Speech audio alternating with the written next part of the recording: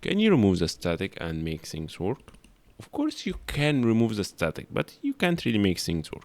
Why? Because in order to be identified by Java Virtual Machine, it's required to have this kind of static. But if you think you can remove it, yeah, you can remove it. But now you don't really have an entry point. Why? Let me tell you why.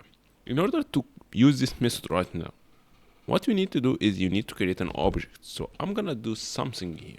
I have private method, so now I need to make a main object of our new of our main class here, and now we're gonna making this main, and this one will be like it will need like some kind of array of string, but regardless, this is basically the idea here.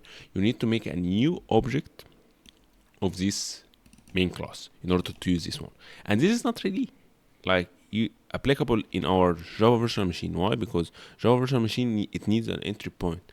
So in order to be we use like this, we need main dot main basically to be called directly here as a statement without really creating object.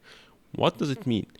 We need to make it static. So the fact that we just make it static and it works, this is basically amazing. So this is basically the idea. We need to make it static because in Java Virtual Machine it will not be able to create an object yet, so it's gonna be forced to be used as a static.